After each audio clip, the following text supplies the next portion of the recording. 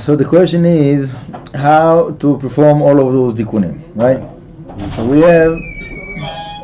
have first of all we have the basic understanding of what is tikkun, and we know that the Arizal gave all kinds of different fasts and different meditations for all of the different tikkunim, and we're talking about for people that they are not able to get like the full meditations of the Arizal, and they can't really do all the fast days, but they want to do something, right? So what is the possibilities? So first of all, there is a tradition from the Ben Ish Chai that the Ben Ish Chai wrote.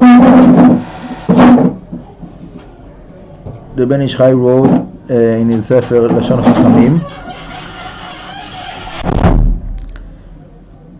The Ben Ish Chai wrote in his Sefer Lashon Chachamim a whole like series of tikkunim, those tikkunim that we were speaking about, for someone that is not able to do all the fast days and he is not able to understand all of the meditations. So he like basically the way that he made it, that a person is taking like one fast, the fast for one day, but according to the Ben Ish Chai it's from sunset, it's not from dawn, it's from sunset, like Yom Kippur, like 24 hours fast. And then in that day of the acceptable fasting, he gave a whole bunch of prayers, very very long prayers with like all kinds of psukim and this and that, and it is basically like a way of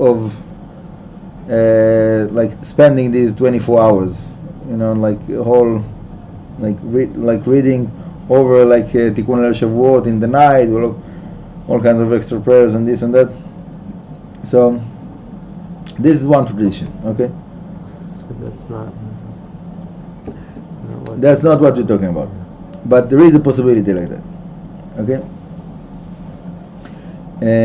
Another possibility that is by the way, there was like in the generation of the Ben Ish Chai, so there was more than three, but at least like three famous major Mekubalim in Baghdad, that the Ben Ish Chai was the chief rabbi.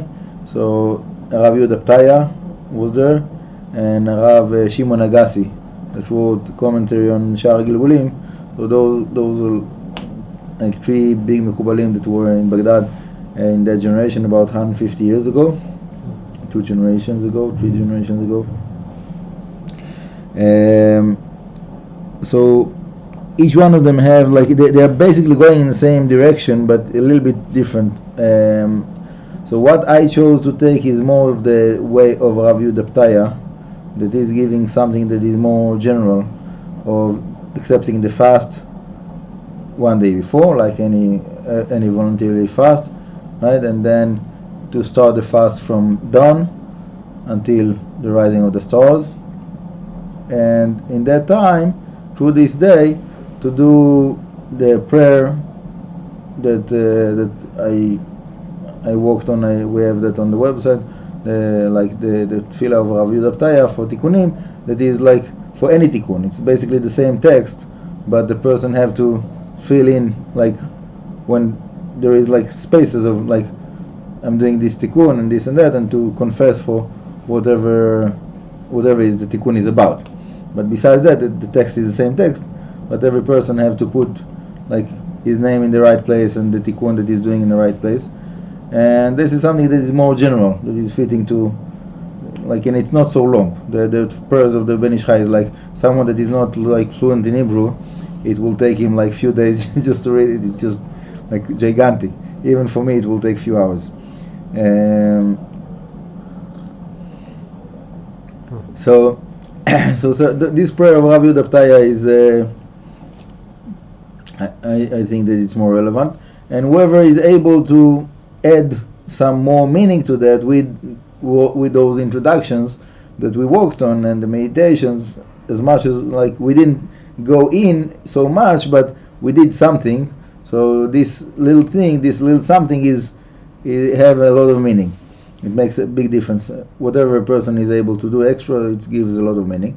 So that's basically the way to take the fast.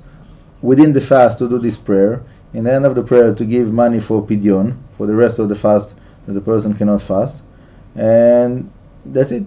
Just one day.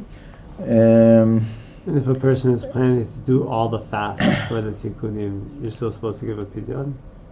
If he's planning to do all the fast, so for one tikkun, all the tikkunim. No, it doesn't. The pidyon it means like instead of fasting. So, whatever. There's most of the people they like. If the lowest one that we spoke about was like Niddah, which is 82. So I don't know like many people from that around that they are planning to do like voluntarily 82 fast days. But if there is, there's no need for the pidyon. The pidyon is for someone that is not able to do all the fast days.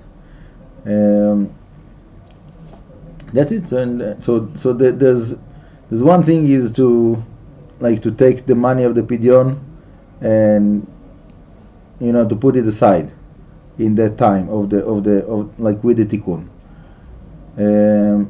Whoever wants to use the money for like poor people that he knows, that's a possibility.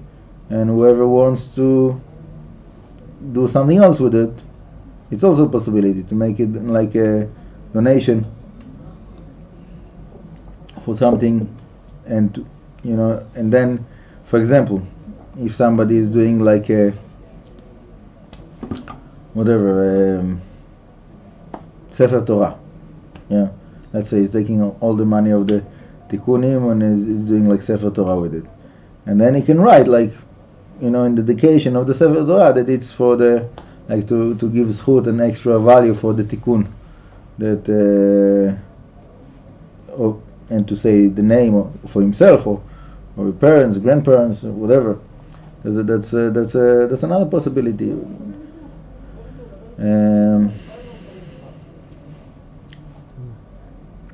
From like the way that I wrapped it, like for generally, is whoever wants, except of doing the tikkun for himself, he wants that I will do prayer for him extra, so to give this money of the pidyon as a donation to the Yeshivat Nefesh HaChaim.